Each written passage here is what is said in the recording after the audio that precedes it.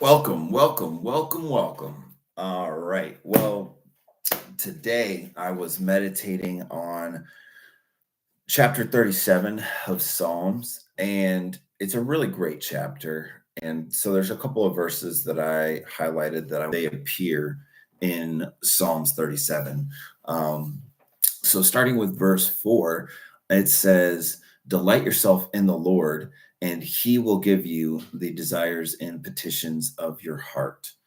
And then the next verse is verse 11, which says, "But the humble will at last inherit the land and will delight themselves in abundant prosperity and peace." And I have a couple more for you, and then we'll unpack them. Um, Verse 23 says, "The steps of a good and righteous man are directed and established by the Lord, and he delights in his way and blesses his path." And then verse 34 says, "Wait for and expect the Lord and keep his way, and he will exalt you to inherit the land. In the end, when the wicked are cut off, you will see it." So I'm going to work backwards from the last verse that I read. So wait for and expect the Lord and keep his way, and he will exalt you to inherit the land. Now, the verse 11, which says, "But the humble will at last inherit the land and delight themselves in abundant prosperity and peace." So, walking in prosperity requires you to walk in peace. And godly prosperity and peace comes from a place of submission and humility under God. So in Jeremiah chapter 17, verses 7 and 8, I'm going to read these to you. It says, "Blessed is the man who believes in, trusts in, and relies on the Lord, and whose hope and confident expectation is the Lord. For he will be like a tree planted by the waters that spreads out its roots by the river and will not fear the heat when it comes. Its leaves will be green and moist, and it will not be anxious and concerned in a year of drought, nor will it stop bearing fruit."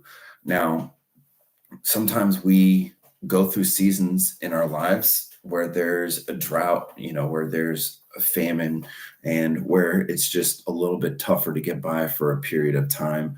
And the beautiful thing about being plugged into God and having your expectation on the Lord versus your expectation on your job, your business, your the economy, who your president is, whatever the case is. The benefit to that is that you get to have a steady source of supply, but the challenge is that you have to be able to rest in the knowledge that God is working on your behalf, and you have to rest in the knowledge that he is your source and that he is your provider. And you have to remove this sense of, oh, I have to do everything, I have to be the provider, I have to be the source, I have to, everything has to go through me. That's not the way that it works. The way that it works is everything comes from him. All good gifts come from above. But the challenge is for us to remove this reliance from ourselves to God, which is contrary to maybe popular belief, which says that you have to be, self-reliant. You have to be able to do all these things. You have to be able to trust in yourself, and that is very true because, He gives us according to the results of our deeds. So there is a response that happens as a result of our action. So we have to be taking action, and I don't want it to come off as you just sit on the couch and God's going to take care of you. That's actually the opposite of how it works.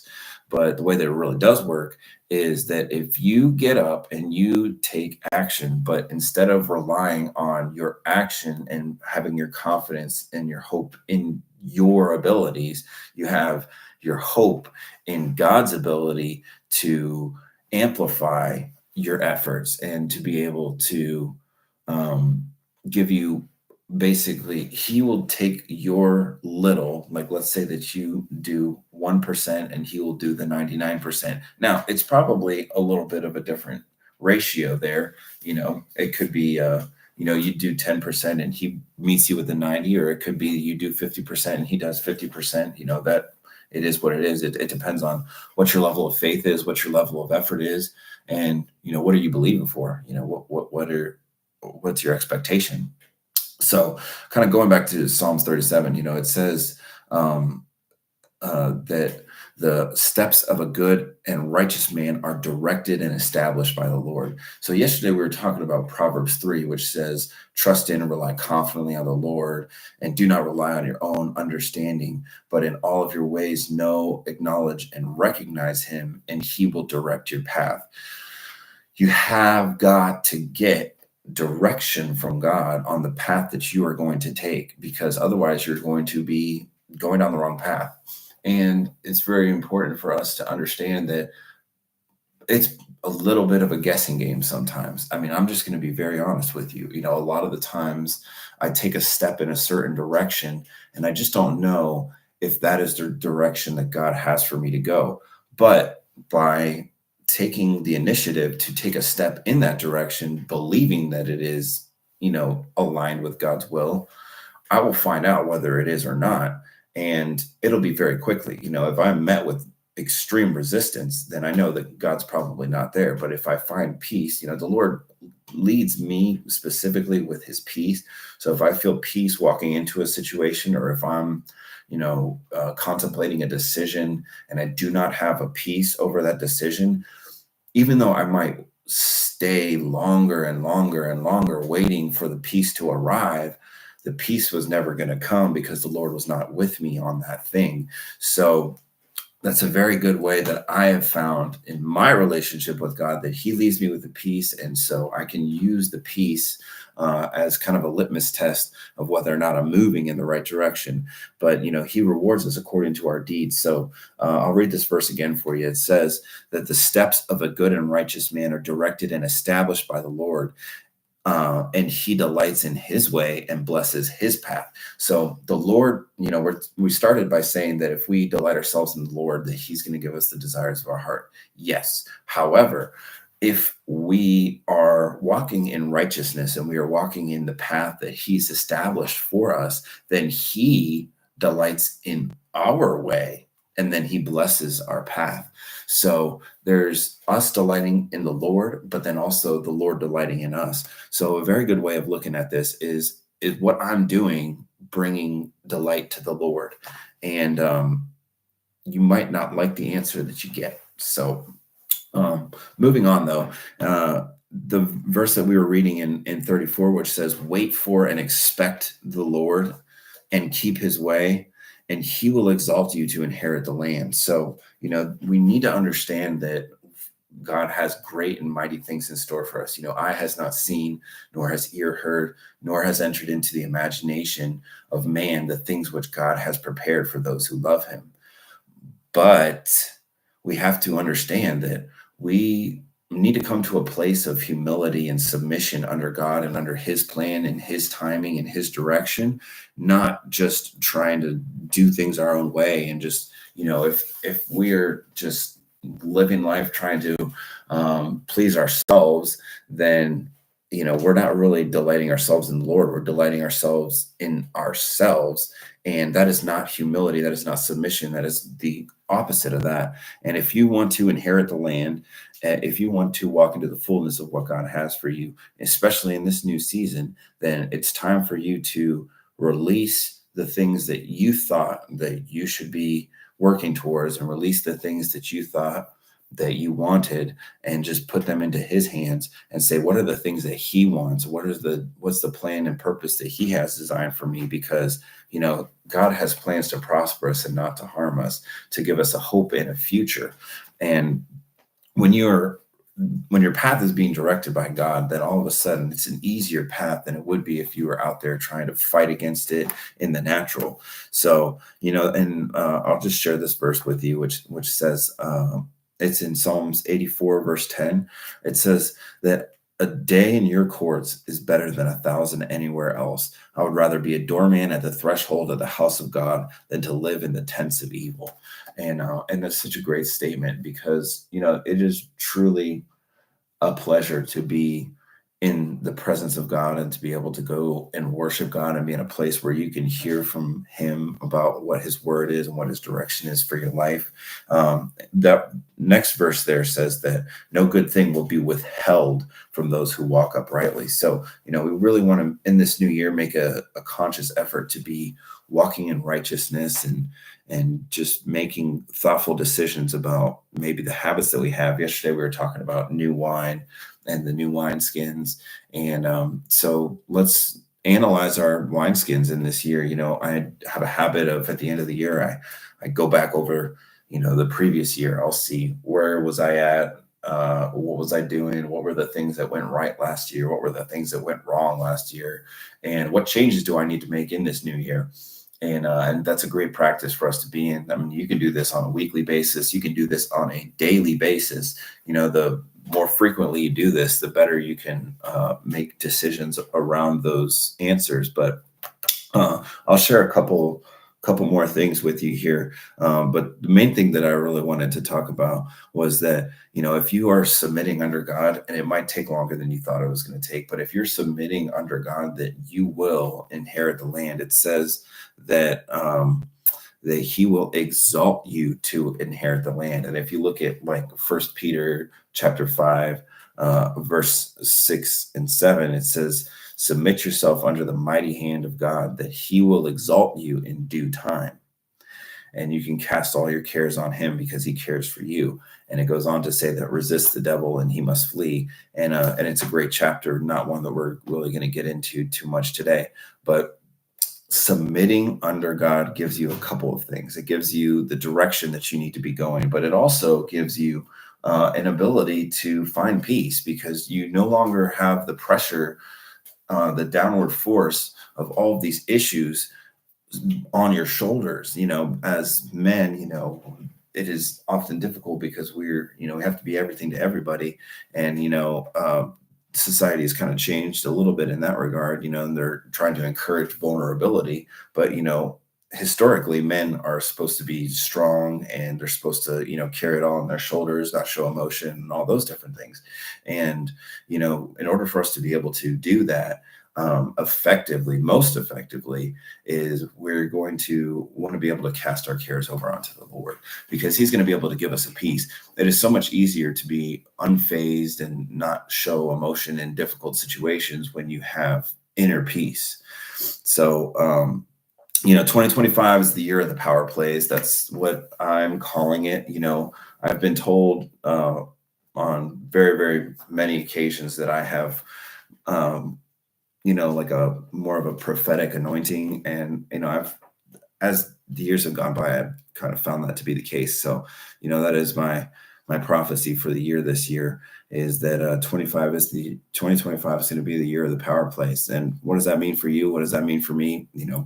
I can't tell you right now. I mean, I can tell you what the direction I believe that I'm going to be going in. But honestly, that's not either for today's that's not for today's video either. So, people often underestimate the amount of volume that it takes to succeed, and we downplay what our capacity is. So in this new year, the year of the power plays, double your effort, push the boundaries, stop putting limitations on God. Whatever you're believing for, double it. However much time you're spending in the word, double it. However much time you're spending on work, double it. However much time you're spending in the gym, double it. Every single thing that you want to improve on, just double your effort in this new year, because you'll see exponential return on that effort. And I'm going to see if I find this verse that I didn't write it down, but he rewards us according to the results of our deeds. So if you want to experience a higher level of growth, then you need to put in a higher level of effort. That's just math right there. I'll share a couple more verses with you just kind of on this topic before I let you go. But trying to pick which one I want to start with. I'll just start with, Philippians 4. I'm not going to get into it too much, but Philippians 4:13 says, I can do all things through Christ who strengthens me. And in verse 11, it says, I refuse to speak in respect of lack. So the two things that I want you to catch right there is that we can do all things through Christ who strengthens us, not us who strengthen ourselves. That does not mean that we are not, we're going to sit on the couch and God's going to come out and bless us. No, I have to go and do all things. I have to get up and go do all things, but with Christ's strength. Okay. And when you're going to do all things in Christ's strength, do not speak in respect of lack. Do not call it like you see it. Walk by faith and not by sight. The just shall live by faith. We need to remove this operating on, what we see with our eyes and the way that things appear in the natural. We need to lift our eyes to the spiritual, and we need to operate in the realm of the spiritual. We need to operate by faith and not operate by appearances. So as we're going to do all things, if you are looking at the all things that you are going to do through Christ's strength, and it doesn't really look like there's a way that that's going to happen, then you're going to be tempted to begin to speak in fear or speak in respect of, oh, this is impossible, or this is never going to work out, or whatever the case is. So do not speak. Death and life is in the power of the tongue.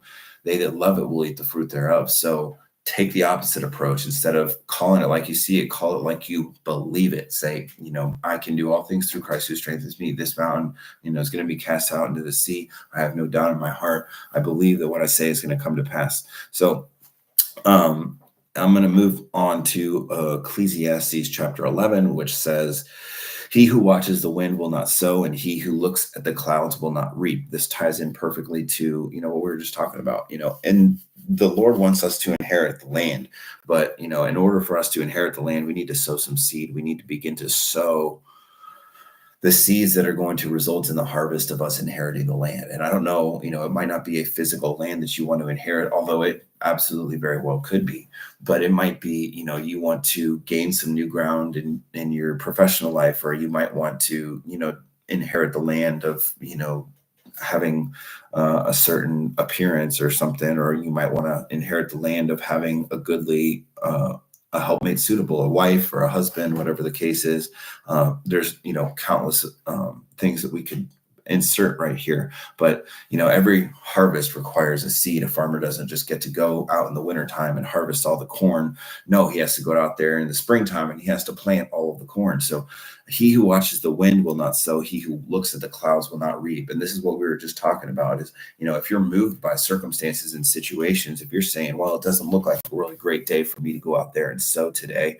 It's a little windy. I don't think I'm going to sow today. And the next day, oh, it's a little rainy. I don't think it's going to sow today. And the next day, oh my gosh, it is so hot. Like, I don't think I'm going to be able to sow today. Then you're never going to sow. And then you're never going to be able to reap. So it's a challenge for us to understand that if we watch the wind, we won't sow. If we watch the clouds, we're not going to reap. But what this verse really means is, do not allow circumstances and situations to cause you not to sow. We are supposed to be sowers. In Mark 4:14, it says the sower went out to sow. Or I'm sorry, no. I think Mark 4:14 says the sower sows the word, which is something that we ought to be sowing constantly. It might be, let's see, we were talking about Mark 4, verse 3. It says, listen. And it also says in the King James Version, hearken, behold, a sower went out to sow. So we are supposed to go out every day to sow. And we're not supposed to be moved by the way that things look. We're not moved by the way that things appear. We are walking by faith. We operate by faith. We sow by faith. Don't let your bank account tell you that you can't afford to sow. You need to snap out of it. You need to step up, and it takes courage to sow. It takes faith, real actual faith, to sow at the level that you need to sow in order to reap the harvest that you want to reap. And then also in Ecclesiastes, it says, cast your bread on the surface of the waters, be diligently active, make thoughtful decisions, for you will find it after many days. And kind of in closing here, I just wanted to go back to what I was talking about, just a second ago, that this is going to be the year of the power plays, but it's going to be up to us to double our efforts. We're going to need to be diligently active. We're going to need to be making thoughtful decisions. In Ephesians chapter 5, verse 15 and 16, it says, "See that you walk carefully as wise people, making the most of your time, recognizing and taking advantage of each opportunity, and using it with wisdom and diligence, because the days are filled with evil." And the last verse that I'll share with you is that the lazy man does not catch and roast his own prey, but the precious possession of a wise man is diligence, because he recognizes opportunities and seizes them. So, just to sum it all up, the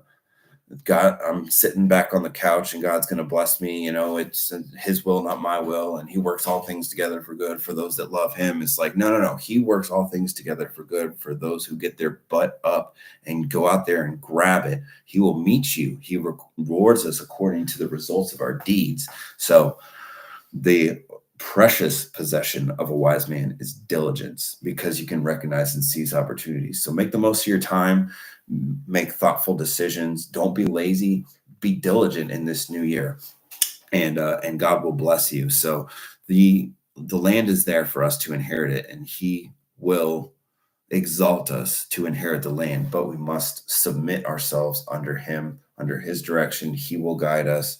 It says that the steps of a good and righteous man are directed and established by the Lord, and he delights in his way and blesses in his path. So delight in the Lord, and he will delight himself in you.